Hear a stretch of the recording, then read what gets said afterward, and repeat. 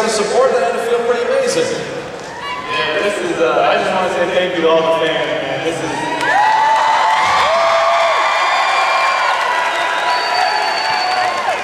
this is something that I'll never forget. Walking on the NBA floor for the first time in my career, and I'm very thankful to God, and I'm very thankful to the Asian American community. Your support has been amazing. Tell people, what is training camp, the preseason, being with your hometown team, making the NBA out of Harvard? I mean, can you put any of it into words? This has been an incredible experience. Yeah, I mean, even now when I think about it, it's just, you know, it really is a miracle from God. There's so many different pieces of the puzzle that had to fall into place for me to be where I'm at. But, you know, this is just a wonderful experience that I'm trying to continue to grow. And, you know, there's a process to everything with me being a rookie, so I'm just trying to work hard and stay patient and to, you know, grow in my role with the Warriors.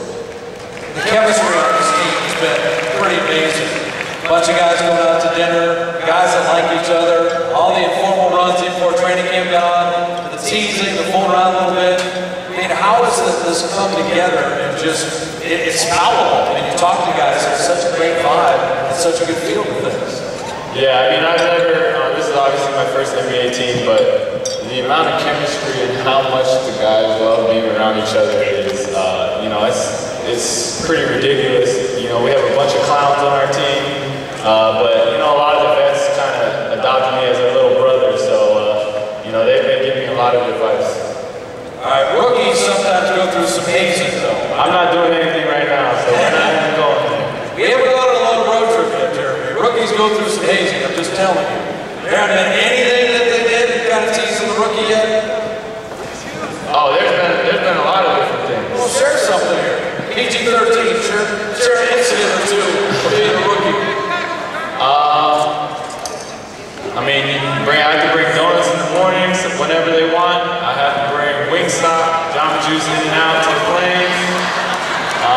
We were in San Diego, I think a week ago, and Darrell Wright brought his Xbox but forgot his controller, so I had to go buy him one at the nearby mall. There's dancing, there's singing, there's pretty much everything. I had to sing Happy Birthday twice, but that's not bad. Has there been a moment in training camp where you're guarding Monte Ellis or something like a moment where, oh my goodness, the jump up from college basketball to the NBA is no joke. Have you ever thought about that? And a teammate that kind of did something and went, oh, this is the big time. Yeah, that happens every day, but my first experience was, I think my first practice, I was guarding Steph, and he gave me a nice move, and I almost fell over, and I was like, all right, welcome to the big league. It's time to get serious now. So that happens a lot, but it's starting to slow down for me, and I'm learning a lot of different things, and you know, the pace of the game is, you know, I'm getting more and more comfortable every day. How about he was here on Wednesday, Yao Ming inviting you to go to Taiwan and play in this charity game? How did that come together? It's an amazing story. Tell people about that. I was at a barbecue with my friends, and my phone rang, and I picked up, and he was like, hello, this is Yao. I was like, you didn't say Yao Boo, right? no, I said, hold on, and then I put it on speaker so all my friends could hear. And it was just, we were talking, and he was like, I want you to come out to my, you know, my charity game, and so we worked out the details, and I got out there, but, you know, I just want to say tonight, obviously it was a special night for me, but I think it's a special night for, you know, the whole Asian American community, for us to be able to realize. For us to just continue to break stereotypes, continue to work our way up in different you know, areas of today's life, and just, you know, this is just a celebration, I feel like, for the whole community. You know, I feel like me being here is going to help other kids growing up to be an inspiration, just like other people have been an inspiration to me. So I just want to say thank you to everyone out there. We have a bunch of questions from the crowd here, so we picked a few of them out. I got rid of the 17 marriage proposals, so so I got rid of those. Okay. So we'll go to the others. But what NBA player did you watch growing up, and how has he influenced your style of play? You know, my idol growing up was Michael Jordan, but my game is nothing like his. I'm a point guard, but that was my idol growing up. I would say now, I love watching guys like Dwayne Wade. We have, you know, he has this controlled but reckless style at the same time. He's very aggressive, and I feel like for me, that's kind of the same way in terms of relentlessly attacking the basket. And then I love watching Steve Nash and Chris Paul, the way they run pick and rolls, and then obviously my own teammates, Monte, the speed, Steph, the way he shoots and the way he reads the floor. So a little bit of everything. How much fun was it signing with your hometown team? Not only to be undrafted, to make the NBA, but then signing with the Warrior. Yeah, well, I had 3 offers, and the counter offers were higher, but I knew this is where I wanted to be. I wanted to come home. I spent a lot of time. I spent a lot of time on the East Coast at Harvard, and it was too cold for me, so I knew I had to come back here. As a Warrior, how do you plan on influencing your community? There's a lot of different ways. I think many of you guys know I have a strong passion for helping the underprivileged.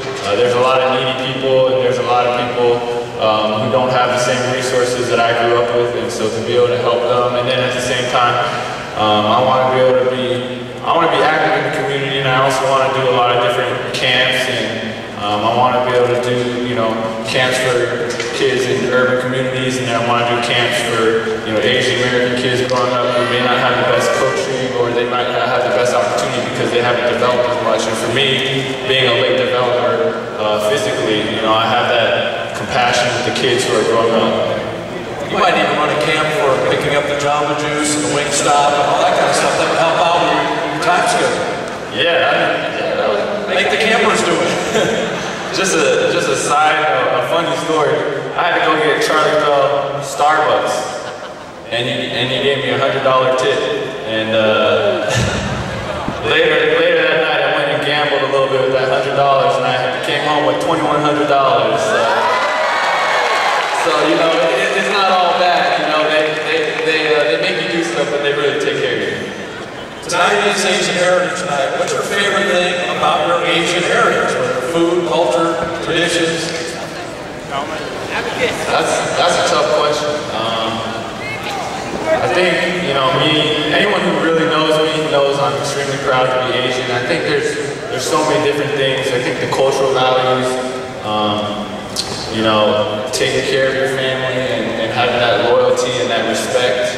Obviously the food, you can't beat the food, but just everything. I mean, just tonight you can feel the energy, you know, how much support the Asian American community has for each other, and you know, I've always been very, very proud to be Asian, and you know, this is just a great night, and you can just see the energy and the support that everyone has shown, and it's just a big family.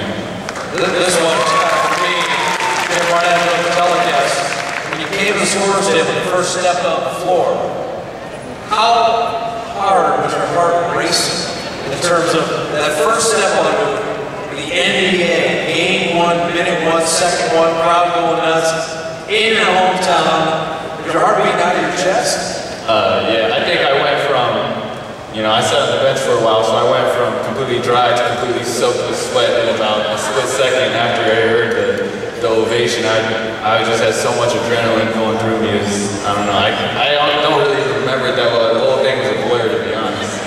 I think you set an NBA record for the first standing ovation for a jump ball ever.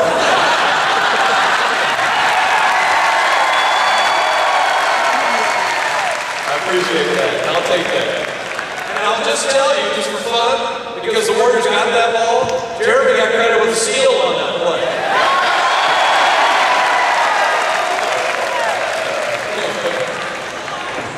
Is there, in terms of goals, the thing I was trying to tell the younger guys, see, Gilbert Arenas was a second-round pick, Monte Ellis was a second-round pick. It's okay for youngsters to work and develop and put in that time. And I think the thing I've been impressed with is the way that you're at the facility, is the way you're working, is your mindset for doing it. Where does that work ethic come from? Is that from your family background? Is it just within you? You know, you had it easy academically at Harvard, so you have plenty of time to play basketball. But where does that come from? Because not everybody's built that way to have and just work and grind and get better and better. Well, I think one way to glorify God is the way you work and the way you do your job. This is my job now, and so you know, the Bible says, you know, whatever you do with all your heart. And so you know, I put my best effort, my entire 110% into doing this, and you know, I know there's a lot of people rooting for me. There's a lot of support, and I want to make sure, you know, that I continue to work hard. I don't waste this opportunity. It's an opportunity of a lifetime. So for me to be in there early and leaving late, that should be a given. And this one is from your teammates. And they said make sure that there was over 2,000 people to ask you. Tell people what the deal is with your car. Now, I was hearing that when guys were rolling into the facility, that Jeremy Lin had a very interesting ride. You want to tell people what you were driving and what the story is behind this? Sure. I will tell you. I never owned a car. In high school, you know, I never owned my own car. I just, you know, we shared in the family. So when I went out to college, I never had a car because we were in the middle of Harvard Square. No one had cars in Harvard. So when I came home, all I had left was my brother went to dental school. All I had was a Toyota Camry. And you know, everyone keeps making fun of me for that, but I don't think there's anything wrong with the Toyota Camry. I think it was the fact that it doesn't wash very often and it came and pulled in. Is that true? That might be true, but you know, I think we got a wash and everything, so we're okay now. What year? If you need a ride, I think you got plenty of people to be happy to help you. All right, I appreciate it. Hey, thank